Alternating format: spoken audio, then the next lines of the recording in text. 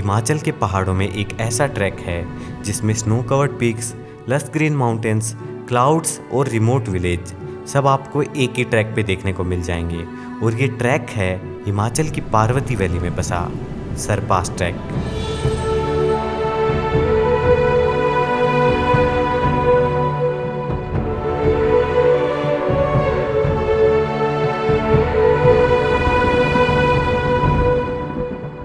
जहाँ ट्रैक की शुरुआत होती है हिमाचल के पहाड़ी गांव से और आप पाइन ट्री वाले जंगलों को क्रॉस करके पहुँचते हो एक ऐसी सफ़ेद खामोश दुनिया में जहाँ दूर दूर तक बस बर्फ से भरे मैदान हैं।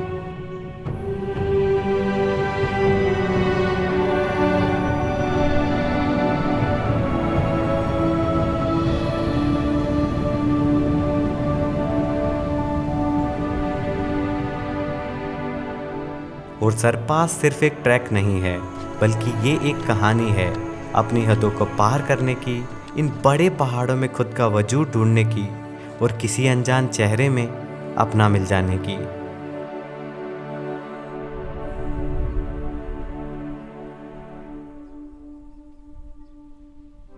तो इस ट्रैक की शुरुआत होती है पार्वती वैली में बसे कसोल से।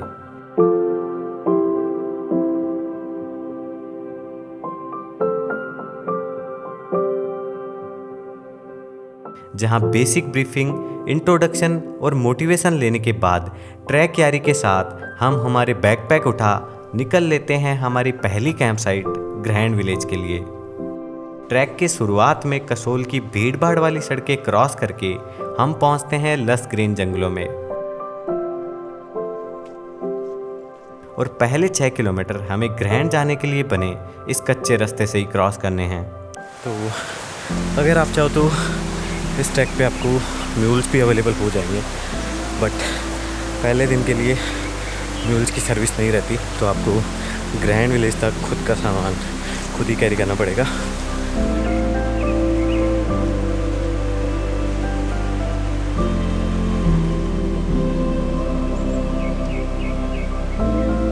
एक अच्छी चीज़ ये है कि रास्ते में आपको चाय और रेस्ट के लिए ऐसे छोटे छोटे ढाबे मिल जाएंगे।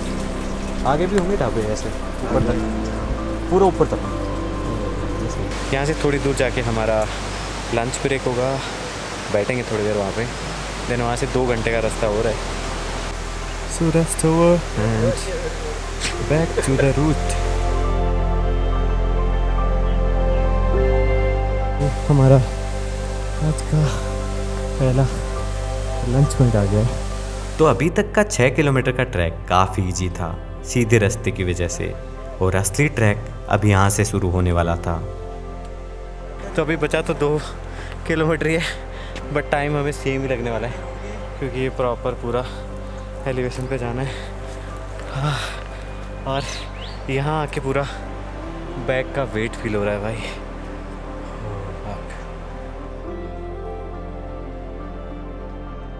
बहुत ही खूबसूरत भाई, सामने बिल्कुल पहाड़ हैं जिन पे बहुत सारे क्लाउड आ रखे हैं और पूरा पूरा स्नो से कवर्ड हो रखे हैं। तो वेदर भी ठीक ही है, थोड़ा धूप आ रखी है तो स्वेटिंग हो रही है, बाकी सॉर्टेड है। तो यहाँ तक आप बाय रोड भी आ सकते हो, पर मज़ा तो उसी में अगर आप ट्रैक करके आते हो। और यहाँ से आधा किलोमीटर और बाकी है शायद तक। तो पहाड़ी लोग कितने स्ट्रॉन्ग होते हैं ये आप लोग देख सकते हो। So we almost reach grand, और ग्रैंड पहुंचने का जो बिल्कुल लास्ट का आधा किलोमीटर है ना, तो बहुत ही ज़्यादा गंदा है, प्रॉपर ऐसे चढ़ना है। खैर थोड़ी और मेहनत के बाद हम पहुंच जाते हैं ग्रैंड विलेज में। इस ट्रैक की वजह से ये विलेज थोड़ा तो कमर्शियलाइज हो गया है, बट स्टिल आपको काट खूनी वाले पुराने घर देखने को मिल जाएंगे। तो जैसे ये बना हुआ है पूरा का पूरा, और आगे भी ऐसे घर है। नमस्ते। तो एक तो ये गांव इतना खूबसूरत है, ऊपर से बारिश का मौसम हो रखा है, तो ऐसे माहौल बहुत प्यारा सा हो गया है। ऊपर पहाड़ों पे पूरा पीछे देखोगे तो पूरा का पूरा क्लाउड्स ही क्लाउड्स आ रखे हैं पहाड़ों पे, और चारों तरफ क्लाउड्स हैं, बीच में ये छोटा सा गाँव। और हमारा आज का स्टे था ग्रहण विलेज के पास बसे छोटे से विलेज पुलगी में। और ऐसा लग रहा था मानो बारिश बस हमारे यहाँ पहुँचने का ही वेट कर रही थी। और जैसे ही हम लोग होम स्टे में पहुँचे भारी बारिश होना स्टार्ट हो गया। और एक बार शुरू होने के बाद ये बारिश नहीं रुकी, जिस वजह से हम इस विलेज को ज़्यादा एक्सप्लोर नहीं कर पाए। नेक्स्ट मॉर्निंग मौसम खुल चुका था और हमें मौका मिला ये देखने का कि ये गांव कितना ज़्यादा खूबसूरत है।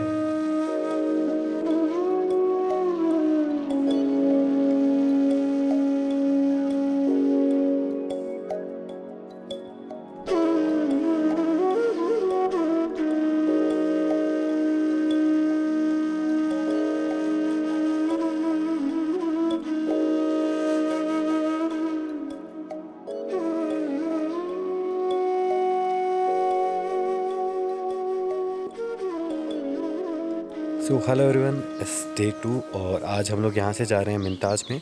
बाकी मौसम आज बहुत मस्त है, धूप वूप नहीं आ रखी और बारिश के अभी तक तो आने के कोई चांसेस नहीं है। और यहाँ पैटर्न रहता है बारिश का कि 2 बजे के बाद आएगी, तो हम ट्राई करेंगे कि 2-2:30 बजे से पहले हम लोग कैंप साइट पर पहुँच जाएँ। हमारे लीडर जी का मेकअप ख़त्म नहीं होता, देखो इतनी क्रीम लेके आए हैं साथ में। अरे हाथ मुँह फट गया, फिर कोई लड़की भी नहीं मिलेगी, क्या करें।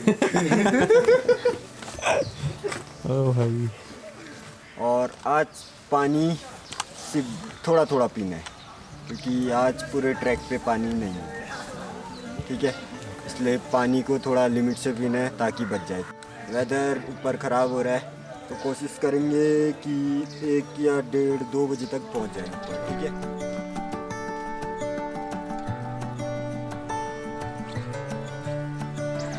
ये स्टार्टिंग का पैच बहुत ज़्यादा हार्ड है, पूरा एलिवेशन है, पहाड़ क्रॉस करके दूसरी साइड जाना है। तो ऑल गुड।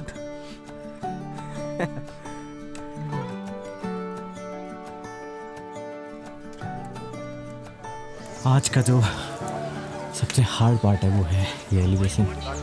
ऑलमोस्ट 60-70 डिग्री का एलिवेशन है। थोड़ा चिक चेक करके हम लोग ट्राई करें कि हम लोग ऊपर तक पहुंच पाए। तो हाँ, ये ट्रैक क्राउडेड है, ये आपको मानना पड़ेगा, बट इतना बड़ा जंगल है, अगर आपने अपनी जगह ढूंढ ली तो आपको अकेले एंजॉय करने में कोई दिक्कत नहीं होगी। हाँ, आज का दिन पूरा ऐसा ही एलिवेशन रहेगा, ऊपर से ह्यूमिडिटी भी है, तो हालत ख़राब हो रही है।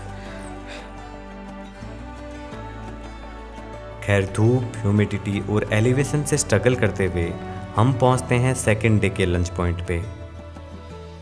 और भारी बैग को उतार के एक ट्रैक पे इन 20-30 मिनट के रेस्ट की क्या वैल्यू होती है वो तो आप यहाँ आके ही समझ सकते हो।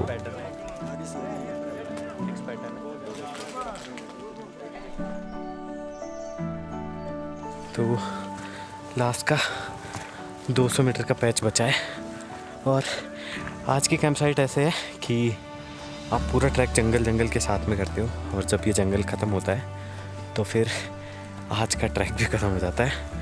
बाकी फिर कल पूरी सीनरी अलग रहने वाली है, तो हर दिन अलग अलग सीनरी देखने को मिल रही है। कल हमने नॉर्मल फॉरेस्ट से किया था, आज पूरा का पूरा हम पाइन फॉरेस्ट के अंदर से आए हैं। तो आखिरकार हमारे टेंट दिखना स्टार्ट हो गए और हमारा सेकंड डे का ट्रैक कंप्लीट होता है। ऐसा लग रहा था कि सब चीज़ें रिपीट हो रही हैं। आज का ट्रैक पूरा हुआ और फिर से बारिश शुरू। बट शाम होते होते बारिश रुक गई और तब समझ आया कि हमारी कैंप साइट बुरांस के फूलों से भरे जंगल के बीच है। कैंप साइट, पहाड़, जंगल सब खूबसूरत, बस मिसिंग थी तो एक चीज़, सनसेट और सनसेट के कलर। वेदर क्लाउडी होने की वजह से ऐसा लग रहा था मानो सनसेट के रंगों को बादलों ने चुरा लिया हो। बट ग्लो करते इन स्नो कवर्ड पहाड़ों को देख सनसेट ना दिखने के सारे गिले शिकवे गायब हो गए। नेक्स्ट मॉर्निंग नींद खुलती है बर्ड्स की आवाज़ से। इन पहाड़ों ने अपना एक अलग ही अलार्म सिस्टम बना रखा है। और उठ के जब यहाँ इनके सामने आके खड़े होते हो तो ऐसे यकीन नहीं होता कि कोई चीज़ इतनी सुकून भरी कैसे हो सकती है। यहाँ किसी को जल्दी नहीं है, कोई नहीं भाग रहा, सब बस यहाँ खड़े होके ये जो ठहराव है, ये जो वक्त है जो सिर्फ उनका है, जो उन्हें किसी ऑफिस, किसी प्रोजेक्ट या अपने बॉस को नहीं देना, उसे महसूस कर रहे हैं।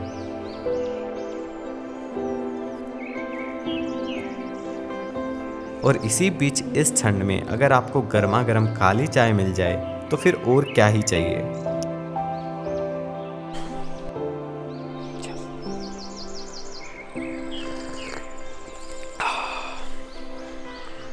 तो आज का हमारा ट्रैक स्टार्ट हो चुका है। 5 किलोमीटर कवर करना है और पहले लगा था कि ट्रैक छोटा रहेगा, बट 5 किलोमीटर इसलिए क्योंकि ट्रैक आज का और ज़्यादा हार्ड है। आज का एलिवेशन रहेगा 70 डिग्री के आसपास।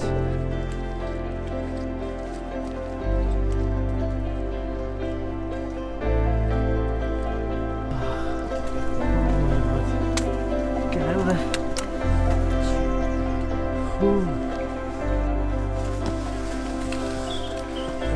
रेस्ट कर सकते हैं यहाँ पे। एक में बस सांस लेना है। ट्रैक पे एक चीज़ कॉमन होती है, हर दिन आपको लगता है कि जो आज वाला हिस्सा है वो सबसे ज़्यादा हार्ड है। और ट्रैकिंग ना मैराथन जैसी होती है, यहाँ जल्दी पहुँचने वाला नहीं जीतता, जीतता है तो वो जो रुकता नहीं है। और देखो भला, जीतना भी किसी और से नहीं है, जीतना है तो खुद के उन लिमिट्स से जहाँ शरीर ये बोल देता है कि बस और नहीं हो पाएगा। बट ये मैराथन सिर्फ फिजिकल स्ट्रेंथ से नहीं जीती जाती, इसमें सबसे बड़ा रोल होता है मेंटल स्ट्रेंथ और नेवर गिविंग अप वाले एटीट्यूड का। तो स्टार्टिंग में थोड़ी हालत ख़राब हुई थी, अब थोड़ा सा एक्लेमेटाइज हो गए हैं, थोड़ा सा चलने की आदत हो गई है, तो मज़ा आ रहा है। हाँ, और वैली बहुत ही खूबसूरत है, चारों तरफ बस पिंक कलर के फूल ही फूल भरे हुए हैं और ऊपर हो रखे हैं क्लाउड्स। तो बिल्कुल पीछे बादलों में जा रहे हैं हम लोग। तो ये यहाँ का लास्ट पॉइंट है जहाँ पे आपको पीछे ट्री लाइन देखने को मिल जाएगी। इस पॉइंट से ऊपर आपको एक भी पेड़ देखने को नहीं मिलेगा 2-3 दिन के लिए, और ऊपर क्लाउड्स भी आ गए हैं। तो अब पॉसिबिलिटी है कि हम थोड़ी देर बाद बिल्कुल क्लाउड्स के बीच में ट्रैक करेंगे। वो एक चीज़ अच्छी अभी ये है कि वेदर बहुत ही सही हो रखा है, पीछे पूरा क्लाउड्स ही क्लाउड्स हो रखे हैं और ऊपर भी क्लाउड्स हो रखे हैं। और फ़ायदा ये हो रहा है कि धूप कम है तो डिहाइड्रेशन उतना नहीं हो रहा जितना कल हो रहा था, तो ये बहुत सही है। और ह्यूमिडिटी भी नहीं है, हवा चल रही है मस्त।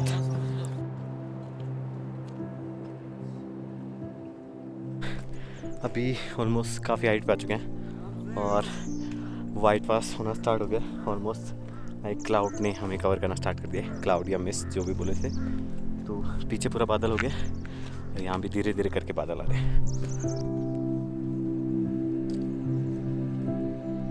तो एक और चीज़ आपको इंटरेस्टिंग देखने को मिलेगी कि बिल्कुल जहाँ हमने स्टार्ट किया था वहाँ प्रॉपर ग्रीन था, एंड देन जैसे जैसे ऊपर आओगे ग्रीन की शेड धीरे धीरे धीरे धीरे करके पूरा येलो में चेंज हो गया, क्योंकि इतने एल्टीट्यूड पे ग्रास वगैरह सर्वाइव नहीं कर पाती। और थोड़ा बहुत स्नो आना भी स्टार्ट हो गया ऊपर, तो हमें ये घास भी नहीं मिलने वाली। एंड वन मोर थिंग कि यहाँ पे पोर्टर नहीं होते, लाइक म्यूल्स नहीं होते, बट पोर्टर होते। ओके, जैसे वो लोग आ रहे हैं 2-2, 3-3 बैग करके, तो ये मोस्टली ग्रहण के लोकल लोग ही होते हैं जो बैग कैरी करके ऊपर लेके आते हैं। अभी हम लोग पूरा क्लाउड्स के बीच में पहुँच चुके हैं। लाइक अगर नीचे देखोगे तो ना तो ग्रैंड विलेज दिख रहा है, ना कल की कैंप साइट दिख रही है, पूरा वाइट हो चुका है। लाइटनिंग की आवाज़ आई अभी।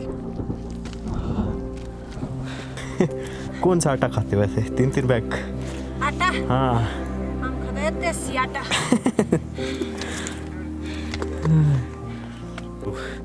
हम लोग पहुंच चुके हैं आज के लंच पॉइंट पे। और ये लंच पॉइंट इतना स्पेशल इसलिए क्योंकि यहाँ पे पहली बार इस ट्रैक पे हमें पूरा स्नो देखने को मिलेगी, और इसके आगे जो ट्रैक होगा वो मे भी स्नो में होने वाला है। अब पता चलता है कि कैंप साइट बस 1 किलोमीटर दूर है, तो हम बिना लंच ब्रेक लिए निकल लिए नगारू कैंप साइट की ओर। और यहाँ बादल मानो हमारे साथ छुपम छुपाई खेल रहे थे। एक मोमेंट पे विजिबिलिटी 0 हो जाती तो वहीं थोड़ी देर बाद सारे बादल गायब। और इन बादलों के हटते ही समझ आ गया कि हम किस अलग दुनिया में एंटर होने जा रहे हैं।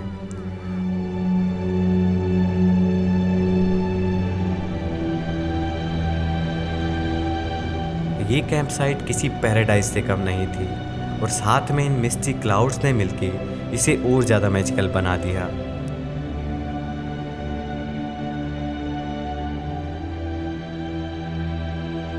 और ऐसा लग रहा था मानो कुछ मोमेंट के लिए ही सही, बट वक्त यहाँ थम सा गया है।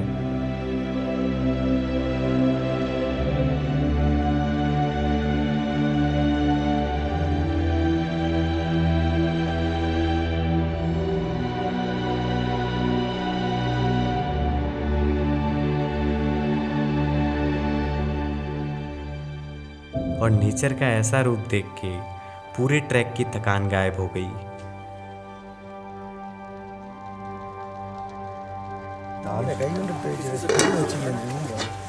चावल एंड कॉम्प्लीमेंट्री गुलाब जामुन। यार गुलाब जामुन भी खिला दिया आपने तो। टेस्ट करके बताना अभी। अरे पक्का यही बनाया।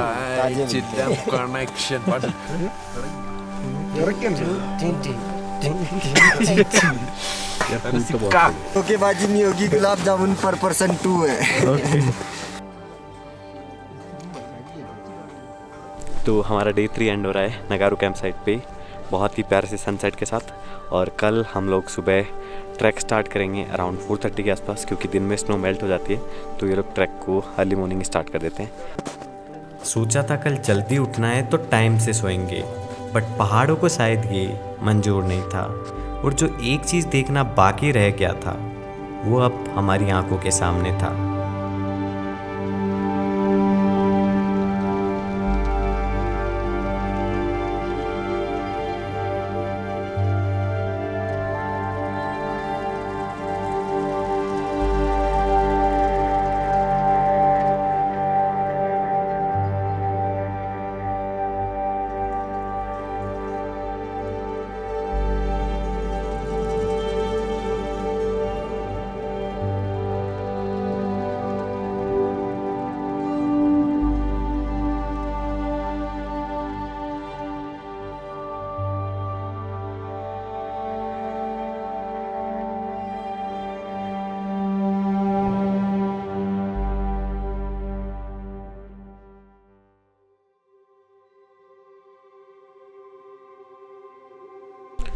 तो अभी हम लोग निकल रहे हैं हमारे आज के सरपास समिट के लिए। और आज का ट्रैक रहेगा अराउंड 12 किलोमीटर के आसपास का। 6 किलोमीटर में ऊपर जाना है, देन वापस 6 किलोमीटर नीचे जाना है। हाँ, अराउंड 4:30 और के हल्की फुल्की लाइट आनी स्टार्ट हो गई है। बस जस्ट 5 मिनट में निकलेंगे। क्या सीन सर आज का? सर आज का है सरपास होते हुए बिस्करी थाल जाना है, जो कि 12 किलोमीटर है।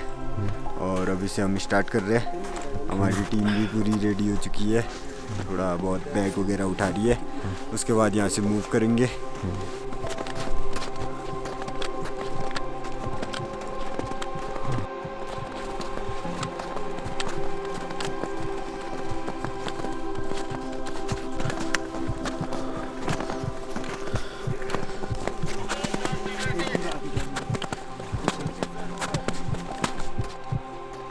ब्लू आवर की डिम लाइट के साथ हमने इस जमी हुई बर्फ पे अपना ट्रैक स्टार्ट किया। हम में से शायद ही कोई था जिसकी नींद पूरी हुई थी, बट ये अभी नहीं तो कभी नहीं वाला मोमेंट था। करना तो था ही। तो बाकी सब सॉर्टेड चल रहा है, बस थोड़ी ब्रीदिंग ऐसी हो रही है क्योंकि ऐसे अचानक से एलिवेशन स्टार्ट हो गया, ऊपर से पूरा स्नो है। मोस्टली जगह स्नो ऐसे पक्का है तो पैर अंदर नहीं जा रहे, बट बीच बीच में कुछ रास्ता ऐसा है जिसमें ऑलमोस्ट आधा पैर अंदर जा रहा है। बट इतना खूबसूरत और पीसफुल लग रहा है अगर आप चारों तरफ देखते हो।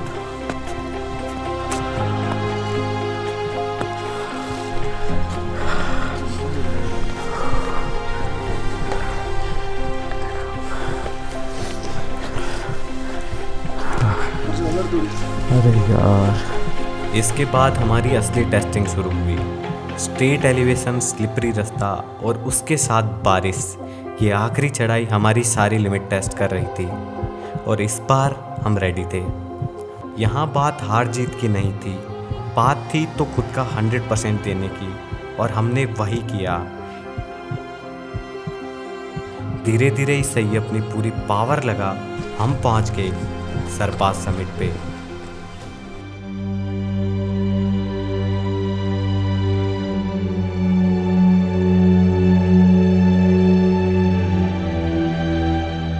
और यहाँ बर्फ की चादर से ढके ये मैदान हर उस ब्रेथ के वर्थ इट थे जो हमने यहाँ तक पहुँचने के लिए ली थी।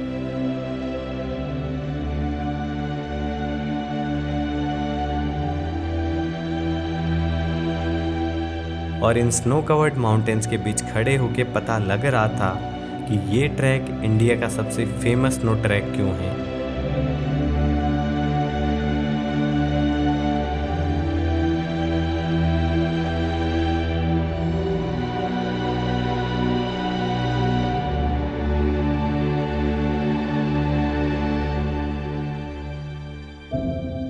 अभी हम लोग यहाँ से निकल रहे हैं बिस्करी की कैंप साइट के लिए, और अगर बीच में बारिश नहीं होती तो आई विल शो यू कि जो स्नो वाला रास्ता है वो कितना ज़्यादा खूबसूरत है।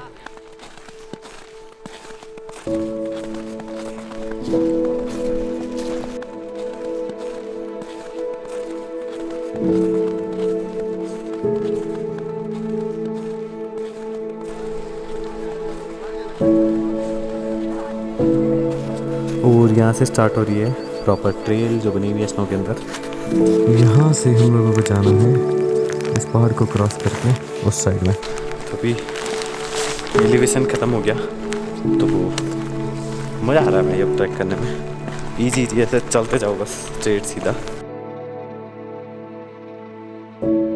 इस ट्रैक ने हर एक मोमेंट पे हमें कुछ ऐसा दिया था जो हम सोच के भी नहीं आए थे।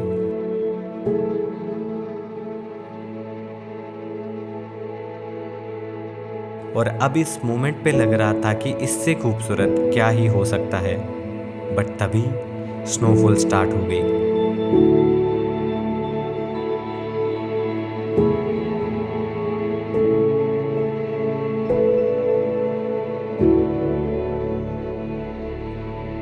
थोड़ी देर बाद हम इस ट्रैक के हाईएस्ट पॉइंट और इस ट्रैक के पास के सामने थे। अभी हमारे सामने है पास जो क्रॉस करके दूसरी साइड हम लोग निकलेंगे। हैवी वाली स्नोफॉल हो रही है, लाइट वाली यहाँ पे जम जाती है, ये नीचे के मेल्ट हो जाती है, तो वैसे वाला सीन है। We just reached on the pass.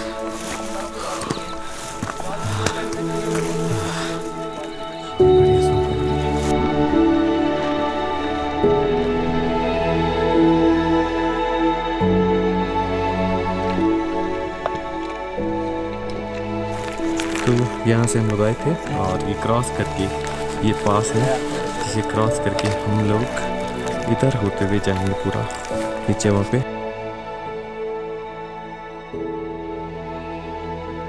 तो स्नोफॉल थोड़ा हैवी होना स्टार्ट हो गया, तो over and out, see you at Biskeri camp site, bye. तो ट्रैक कंप्लीट कर हम पहुंच गए बिस्करी कैंप साइट पे, और इस ट्रैक ने जैसे लैंडस्केप दिखाए थे उनसे अंदाज़ा हो गया था कि ये कैंप साइट भी वैसी ही होने वाली है।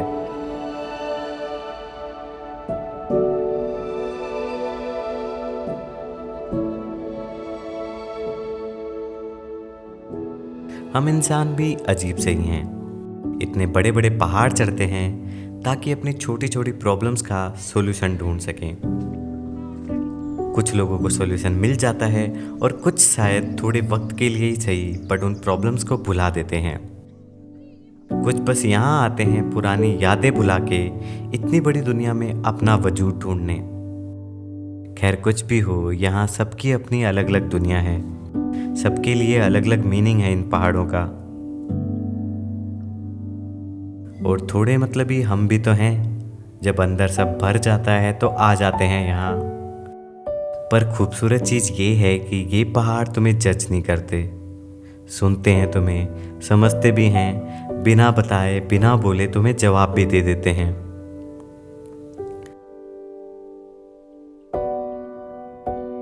और मैं पहली बार बिना किसी लालच के यहाँ आया था। ना अंदर कोई बोझ था जो खाली करना था, ना कुछ मांगना था इस बार, बस मिलवाना था किसी को इनसे।